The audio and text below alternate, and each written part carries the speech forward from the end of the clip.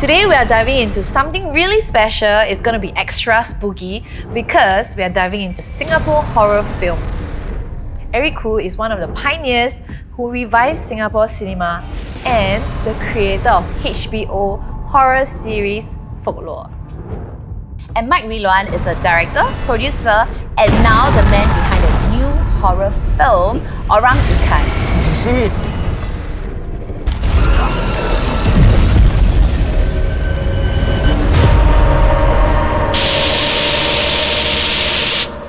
Okay, let's start from the beginning, all right? Eric, growing up, right, is there any particular horror story or moment that's really stuck with you? Like what inspired you to tell horror films? I think it's my mother because she just loved horror movies, So as a little boy, she'd bring me and my sister at least once a week to see the 4 o'clock show of some horror film. But also my mom had a lot of stories because she did believe in, the spirits, and she always would tell me the story that there's a spirit living in the banana tree. And if you take a nail and you poke it into the tree, you tie some string to it, bring it all the way up, and put it under your pillow, you dream of her coming to you to beg you to remove the nail. So actually where I lived, there was a banana tree there. So I always used to look at it like, should I put a nail into the banana tree? But I was a bit scared, so I never did it. And I think, because she was so superstitious, she would always tell me also about black magic. Like things that were very scary for a young child, like menstruation blood, the nasi kangkang, and because I think in this part of the world, right, we have so many different types of superstition, right? Yeah. And also if you talk about baby ghosts, yong kau kwai zai, toyo, and then if you look at it in Southeast Asia, right, there are all these different types of permutations of the baby ghost, the kwai zai, right? Because the Vietnamese have their take on it, and they're all slightly different, because it's supposedly from an embryo, right? Yes. Like the Thais would basically take a dead baby, take the oil off the chin, and then put it into a little glass container. Supposedly the Vietnamese would take an entire fetus and chop it into different pieces. So you got the head, you got the torso, you got the arms, you got the legs, and then put them into different bottles. So with one baby, you create all these different entities, But does different parts serve different purpose? Supposedly it's just one of the whole thing, you see. So then they will still do whatever you want. It's just, when you think about it, I don't know who created these stories, but sometimes like in Singapore, if you talk to a lot of Malay families, they will say, toyo. They will steal my money. It's just, I remember I had this AD, young Malay girl, and we were doing something that was paranormal, and then we just talked about toys. She goes, there's one in my house. And he likes to steal $50 notes. So at home, right, everybody then decides, okay, we just keep $10 notes, right? Or, when I was talking to a casino owner, they were saying that they have to put a lot of sweets outside the casino. Because these little things, right, they go in there, they'll play the cards, and, I find it all very fascinating. Especially coming from this part of the world. See? It's almost like when you look at the Western world, they don't have as many different types of spirits. It's not scary. Yeah, because here we got the Pontianak, right? Yeah. We've got the Penanggal. Very exotic, right? It's very exotic. Very exotic. It's like we have different variations. Because the Penanggal with the head that flies around with the entrails. Because you go to Philippines, Malaysia, Thailand. I mean, there are variations of the kuntilanak, right? In every region in Southeast Asia. So even if you have a Thai viewer who watches an Indonesian kuntilanak, there's a recognition that they know what this is, right? And so I think there's a thematic folklore that travels across Southeast Asia. Like you said, if you go to, the West has its own as well. Whether it's vampire, the werewolf, there's different versions, right? So I think that's where in Asia we have this kind of connectivity with all the different countries, especially like Indonesia. Because the Pontianak, that's like a Pontianak. Pontianak, kuntilanak, pocong, right? Pocong. Pocong, toyo, right? So there's also the sisters and the cousins, right, of the variation, right? So what about you, Mike? Is there any setting or a movie or even a creepy moment that planted the seeds for you to want to do horror stories? Well, I've always been fascinated with the horror from a young child because, like, I had a similar enthusiasm when young, like Eric, when his mother brought him to watch horror movies. My mother brought me to Capitol to watch Evil Dead when I was like 8, right? And I was like, I think at that time she really didn't know what Evil Dead was, and we went to see it, and my mom just said, "This is very silly," and I was so terrified of it and fascinated. And she kept telling me, "It's not real. It's not real." Oh no. And so I kind of had this fascination with it. But I grew up. I was in school in England. I used to come back on holidays, and I grew up on this island, Batam, right? And you know, my dad was developing hotels and resorts. We were building stuff there. And at that time, there were not many people on the island. But I was always fascinated. I was kind of drawn into it because, like, they would find bodies buried in the, when they were, like, digging the foundations. They would find these sort of, like, graves. And every time they found the graves, they would have to bring in these people to find out, who are these people? And they would sort of like, and these are old graves. I mean, they're not like, recent graves, but there was a history of this, and people would come and they would pray, and there were these stories, and you sit with the dukuns or the shamans, they would tell you, and okay, this place is now blessed, and you kind of listen to these stories, and everyone would be so enthralled by what they said, and these bodies, once you find them, they would be reinterred, and so it kind of makes you think that, my gosh, this, there is death here, there's death maybe everywhere that you go. So it was kind of like another experience. And living on the island, you would go through a village and there'll be a few, or like someone has just died and the body will be out, and you'd see dead bodies, and sometimes they'll wash up on shore, and you kind of grow up with that, right? And this whole sort of like connection with death, right, becomes very real, right? And also with spirits, I never was a believer in spirits. I loved watching horror movies, ghost movies, but I just never believed that they were real. But until sometimes that you actually feel this, right? You actually feel something, and you kind of connect it with the ethereal world.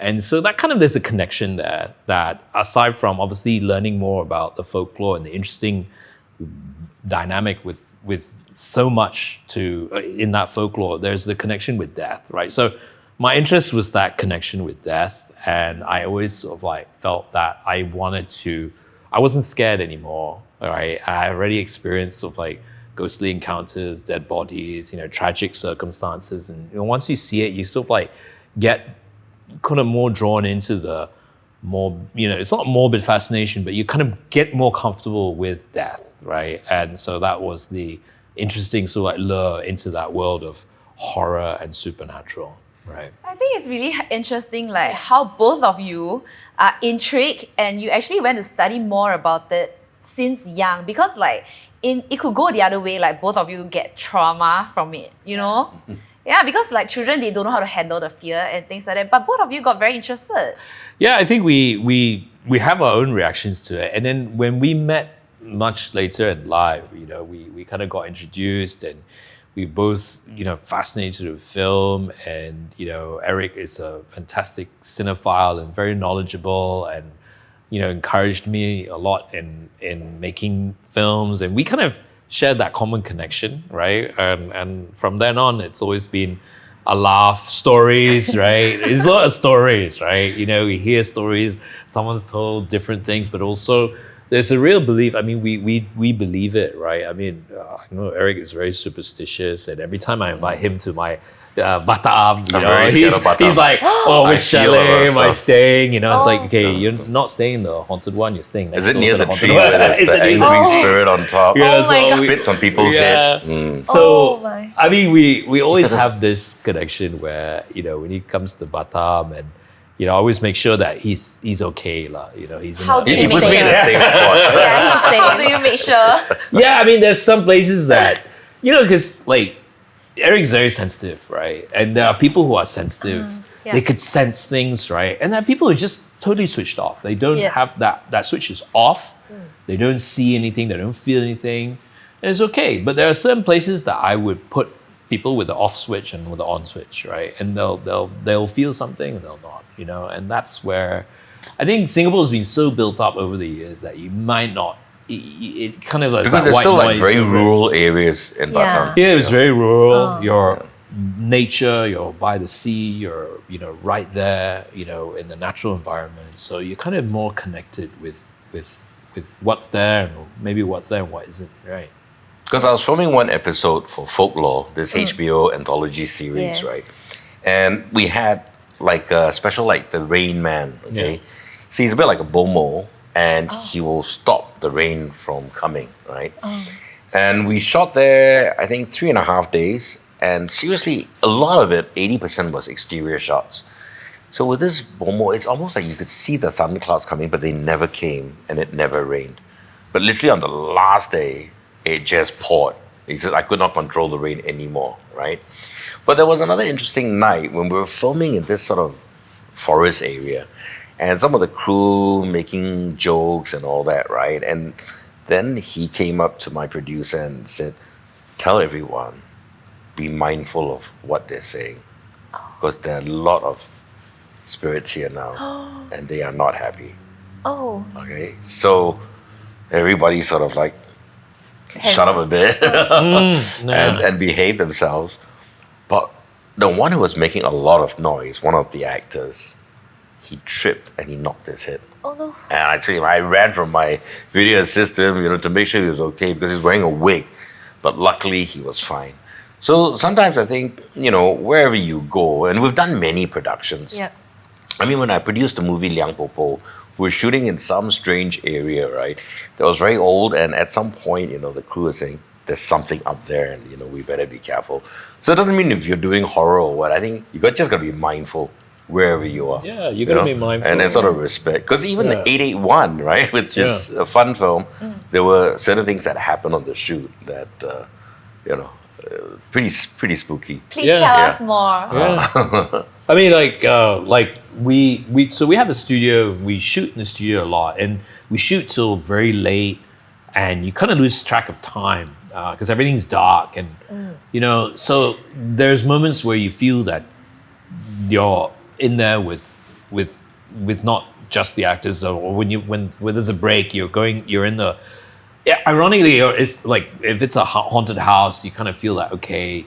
There's this other sort of like level of feeling that you get, right, where it feels colder. It feels, they feel that someone else is there with you. But there's also other extreme situations where I remember when we were filming Half Worlds, and because we were filming at night all the time, and the people were tired, but everyone was getting possessed, right? Yeah, so they were getting possessed, and we were doing another production with an Australian co-production next door on the other soundstage. So when they were coming out to have a cigarette break, there were people on the floor, like being convulsing, and and the sort of like the dukun had to go over and pray to exorcise the spirits out. They would be shaking on the floor, and these Australian crew were coming out and they were having their cigarette and going, Mike, do we look? Do we look? Do we not look?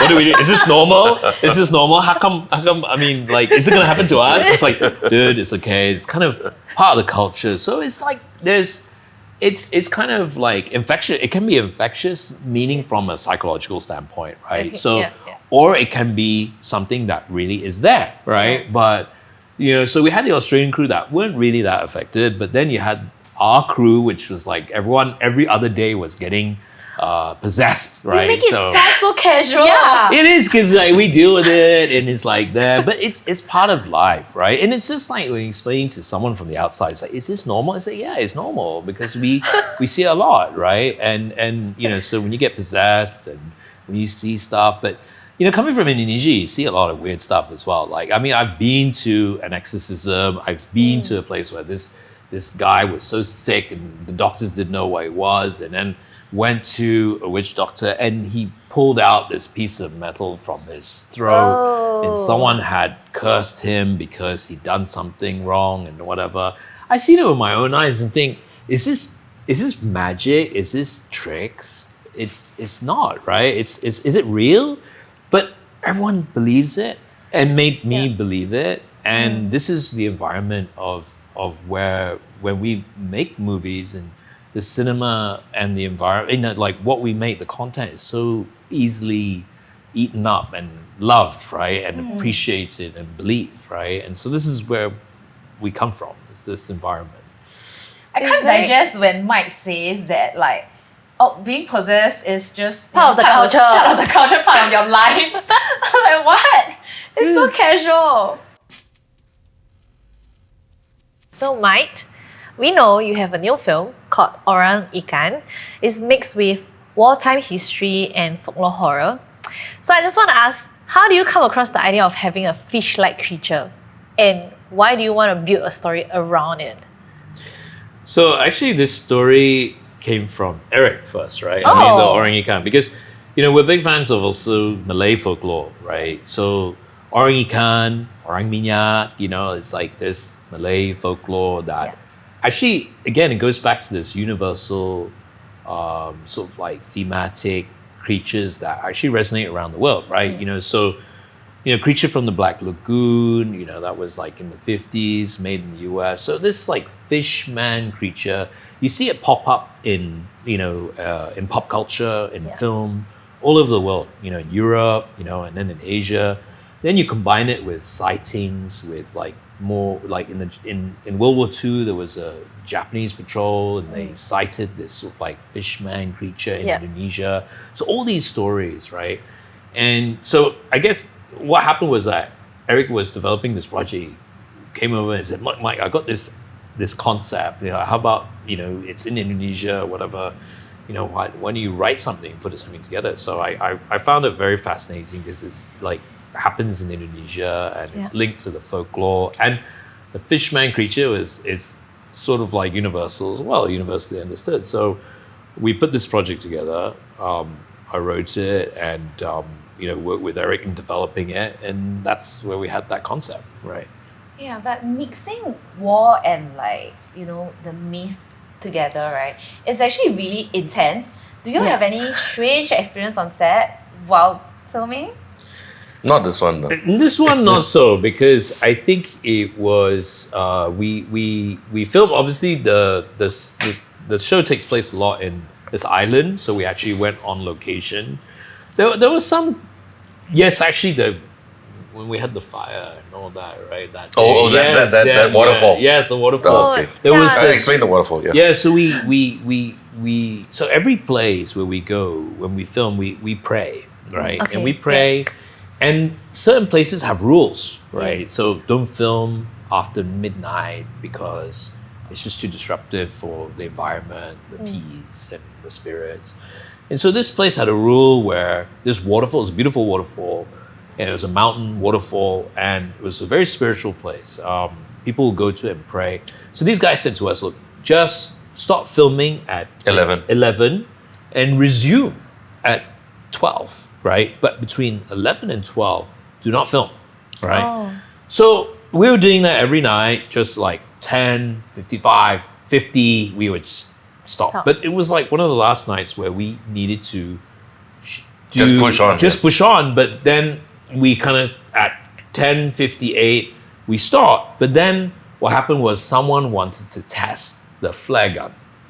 And it was a flare gun that had to be shot into the air and to see how it looked like so we could film it, and then it would land in a very safe area.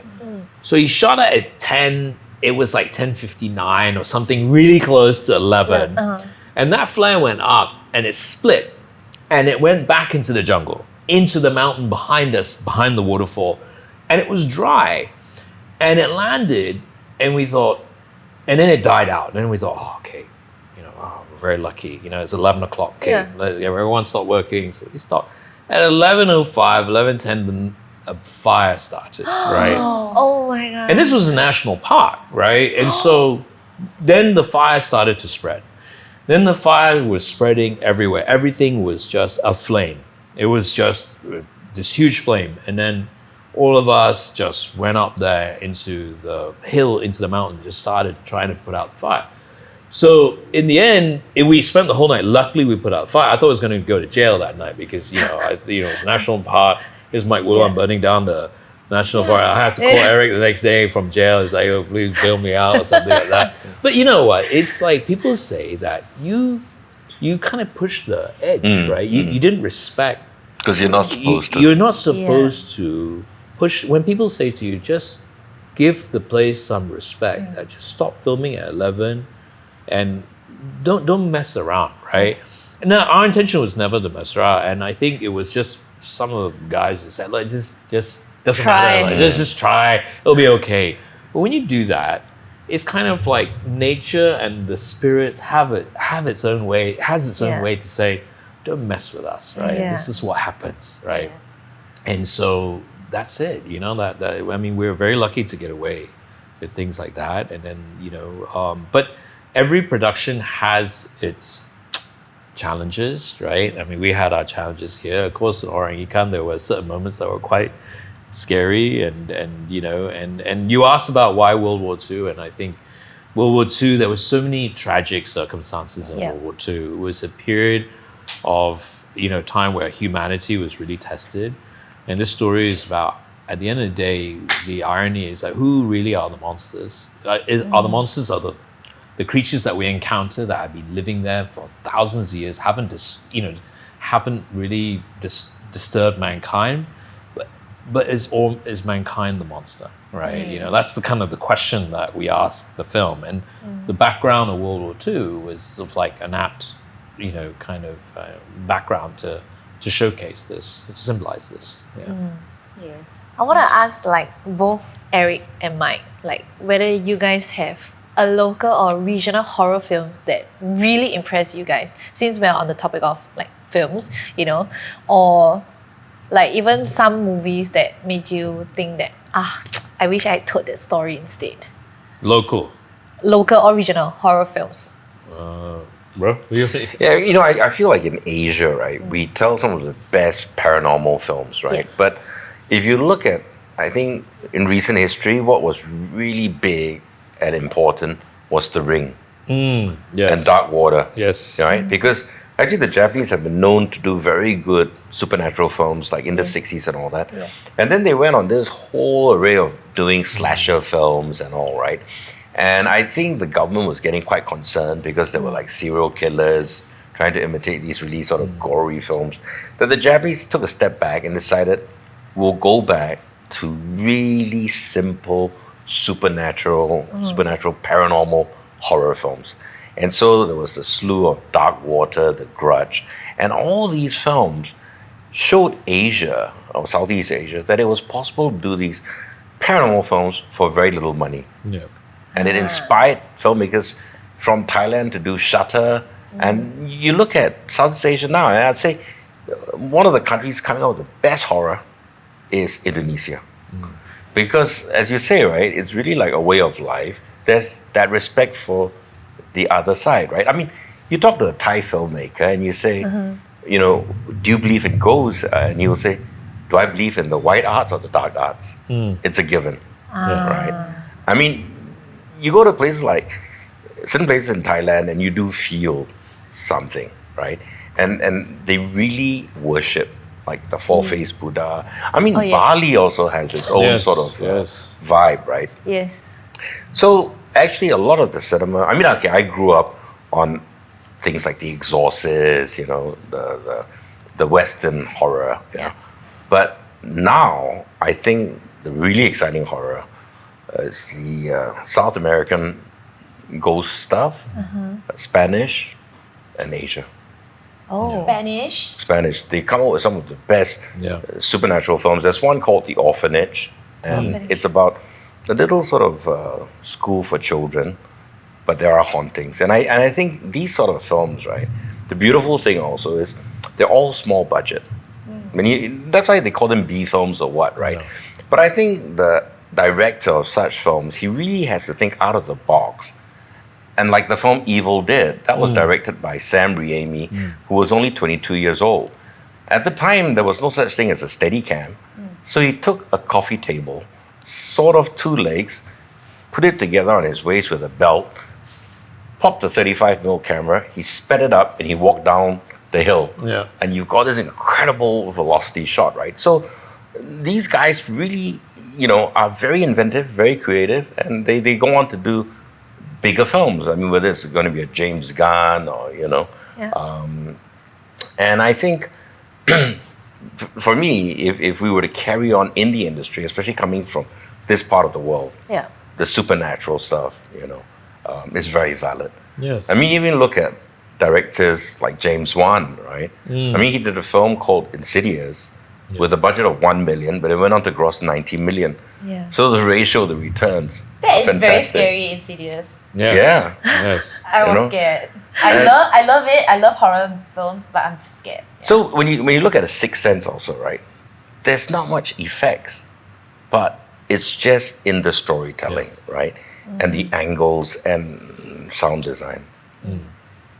What about you, Mike?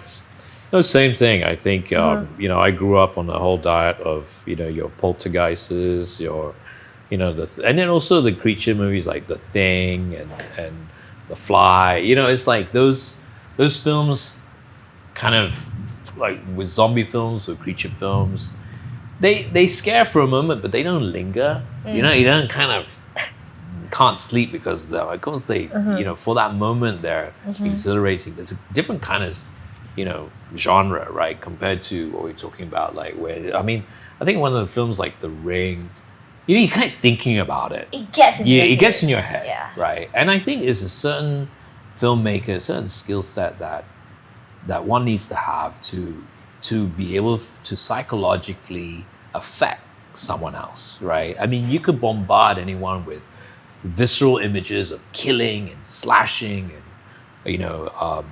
makeup and effects. I mean, that's one thing, right? But to make something very simple and to make someone really terrified psychologically of something very simple that you go home at night, you're alone, and you're about to watch TV and you think, what happened?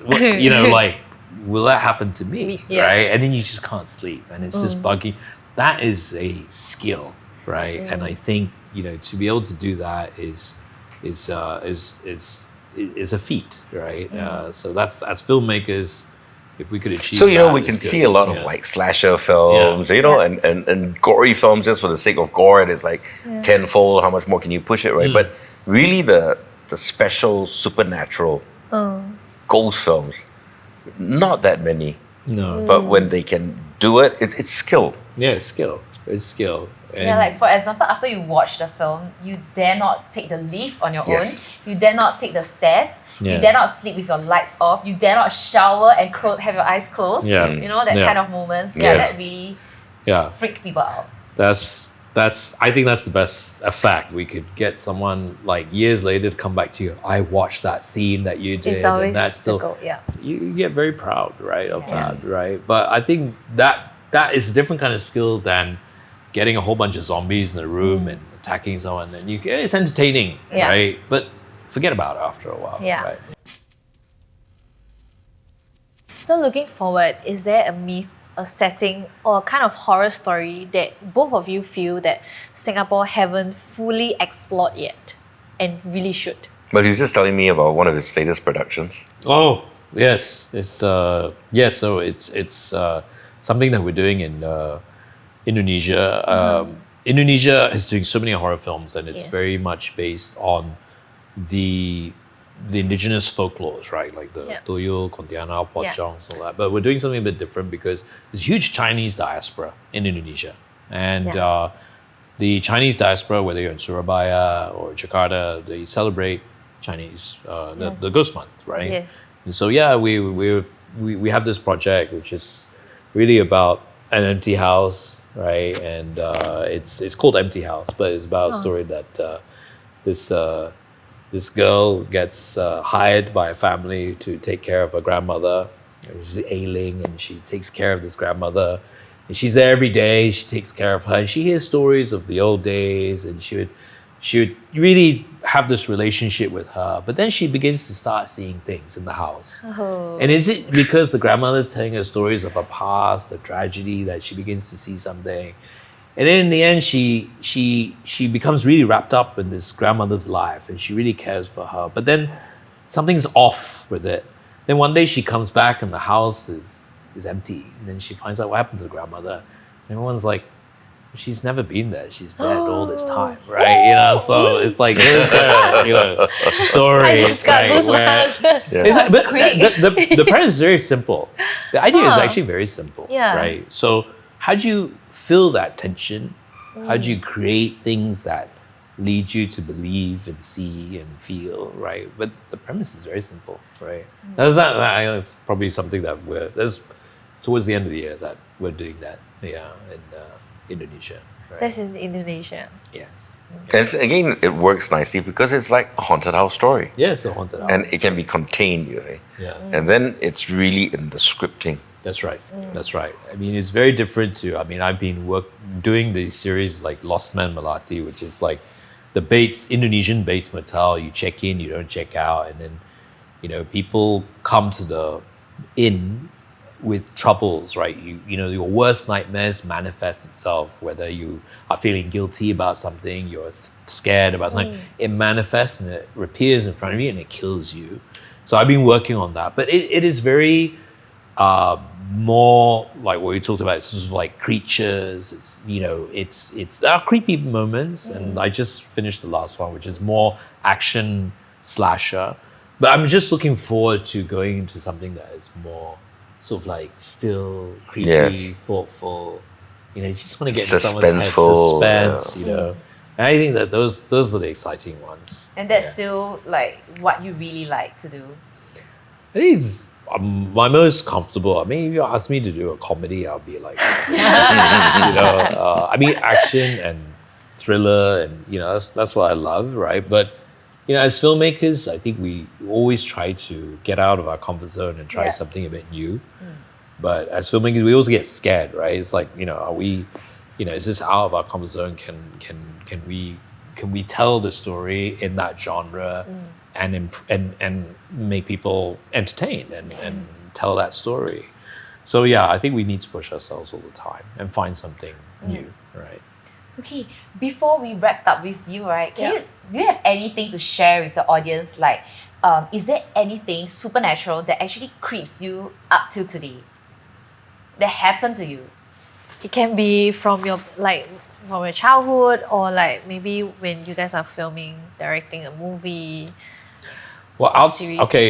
on the beach near my house, there's a path that goes into the forest that we have to pass to go up to some housing.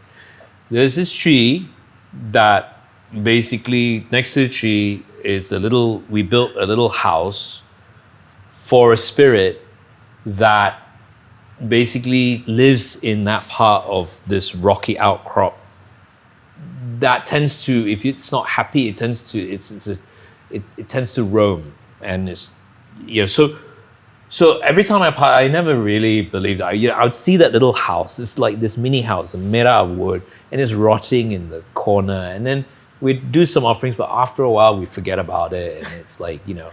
So I would walk by all the time after at night, and then I remember walking by, and then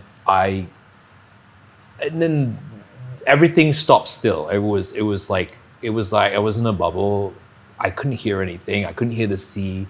I couldn't hear the leaves or the branches bristling. I looked up and there was a figure in the tree, sitting in the tree, looking down at me. But you just see this dark shape, and sand started falling down on me, right? Just sand, like just fine sand. And you could hear the sand falling, but you could feel this coldness as well. And this figure just sitting up, and this menace, this awful feeling that this thing had over me. And then after a moment, it was gone. And then every time I walked by that tree, there was this sort of like weird feeling. And then I would tell my team, my staff, please fix the house, please put the offerings back, you know.